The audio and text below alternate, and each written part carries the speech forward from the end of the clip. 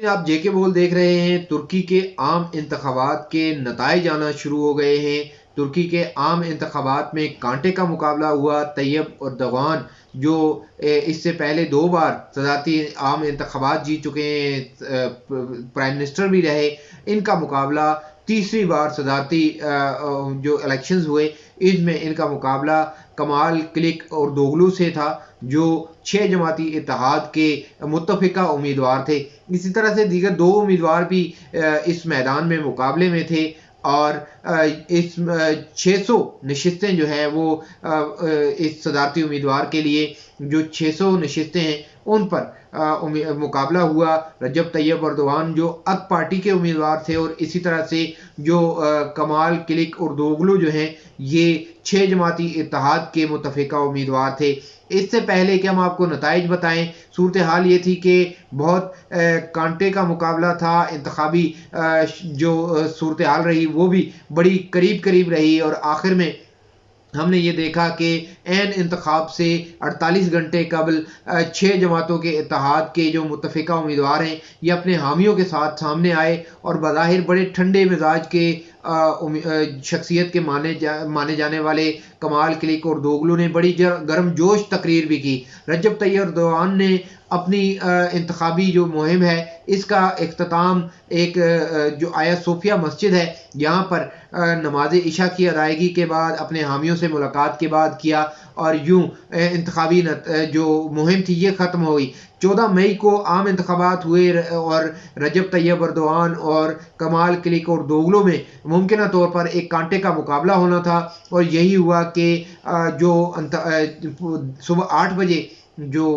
Voting کا عمل ہے وہ شروع ہوا، جو شام 5 بجے تک جاری رہا، اور اس دوران جو اہل ووٹر تھے تقریباً 64 ملین کے قریب جو اہل ووٹرز ہیں وہ حق رائے دہی استعمال کر سکتے تھے۔ شام 5 بجے کے بعد فوراً ہی یہ دعویٰ کیا گیا تھا، جو ان کا کمیشن ہے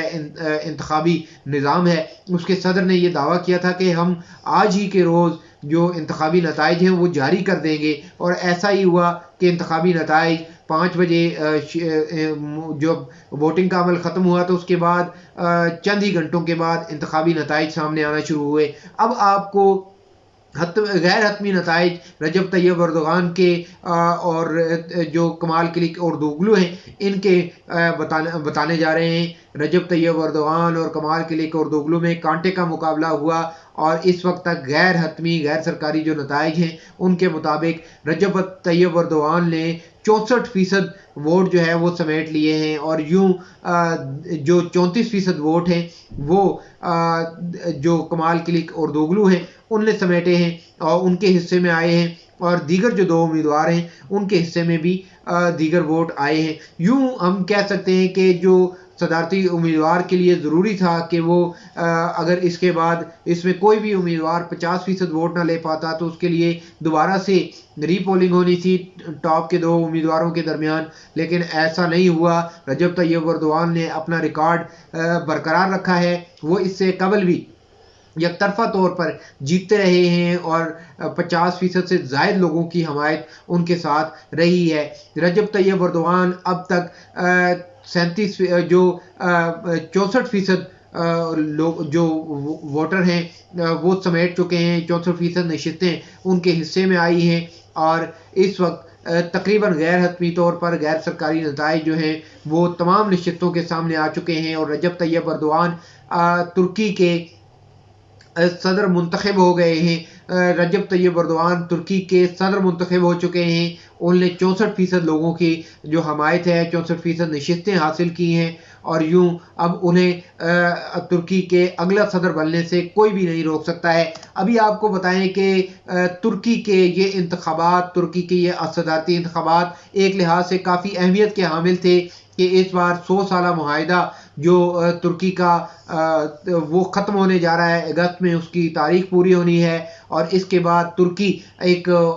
جو ترقی کی نئی راہوں پر گامزن ہوگا۔ تو ایسے میں جب مشکل حالات تھے، رجب طیب ایردوان نے ترکی کو سنبھالا، اور اب طیب ایردوان کے پاس ایک موقع ہوگا کہ وہ ترکی کو واقعی جو خوشحالی کا سفر ہے اس کی طرف لے جائے گا۔ معاہدے کے مطابق اب ان کے پاس دنیا کی جو تجارتی راہداری ہے اس کے اوپر طیب ایردوان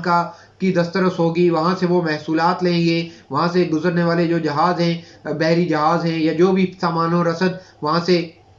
جائے گا، تو اس کے لیے وہ جو ترکی کی معیشت ہے اس سے اس کو فائدہ حاصل ہوگا۔ اسی طرح سے ترکی اب جو ہے وہ رجب طیب ایردوان کی قیادت میں اپنے معدنیات سے بھی استفادہ حاصل کر سکے گا، وہ اپنا تیل استعمال کر سکیں گے، جو کہ ایک معاہدے کے تحت، 100 سالہ معاہدے کے تحت جس پر ان کو پابندی تھی۔ لیکن ہم نے یہ دیکھا کہ طیب ایردوان نے بڑی محنت کی، بڑے لوگوں کے ساتھ، ایک قومیت کے جذبے کے ساتھ بڑا کام کیا اور لوگوں کو مشکل مراحل سے نکالا۔ حال ہی میں جب ترکی کی معیشت دیوالیہ کے قریب تھی تو تب ان نے ڈالرز جو ہیں ان کو باہر پھینک دیا، اور لیرہ جو ہے اس کی قدر و اہمیت کو آگے بڑھایا۔ تو ایسے میں رجب طیب ایردوان کا ان انتخابات میں جیتنا یہ ایک جیسچر ہے، اور یہ ترکی کے روشن مستقبل کی بھی ایک علامت ہے کہ ترکی اب فلاحی جو منزلیں ہیں ان کی جانب بڑھے گا، اور مزید ترقیاں ترکی کے حصے میں آئیں گی۔ طیب ایردوان کا جو سیاسی سفر ہے وہ بھی اس کے بعد، اب چونکہ اب وہ صدر منتخب ہوئے ہیں، رجب طیب ایردوان اس سے پہلے میئر رہے استنبول کے، اور اسی طرح سے وہ جو ترکی کے وزیر اعظم بھی رہے 3 مرتبہ، 2 مرتبہ اس سے پہلے وہ صدارتی امیدوار کے انتخابات جیت کر وہ عام انتخابات میں صدر بھی منتخب ہوئے، اور اب 2014 میں پہلی بار جو عام انتخابات میں لیڈ لینے والے طیب ایردوان تیسری بار ترکی کے صدر منتخب ہو گئے ہیں۔ لوگوں کی بڑی مجموعی طور پر عام تاثر یہ ہے، لوگ طیب ایردوان کی اس کامیابی سے خوش ہیں، اور دوسری جانب مغرب کے جو ہمدرد کمال کلک اردوغلو ہیں ان کی ناکامی سے ترکی کے لوگوں کا ایک جو لبرل سوچ ہے، اس سے نفرت کا اظہار یا اس پر عدم اعتماد کا اظہار بھی یہ سامنے آیا ہے۔ اس کے حوالے سے جو بھی مزید اپڈیٹ ہوگی وہ بھی آپ سے شیئر کرتے رہیں گے، اس کے حتمی نتائج کے حوالے سے بھی جو اپڈیٹس ہوں گی وہ بھی آپ سے شیئر کریں گے۔ دیکھتے رہیے جموں کشمیر بول کو، ہمارے جے کے بول کے فیس بک اور یوٹیوب ہینڈلز کو ضرور لائک اور سبسکرائب کیجیے۔ ہمیں دیجیے اجازت، اللہ نگہبان۔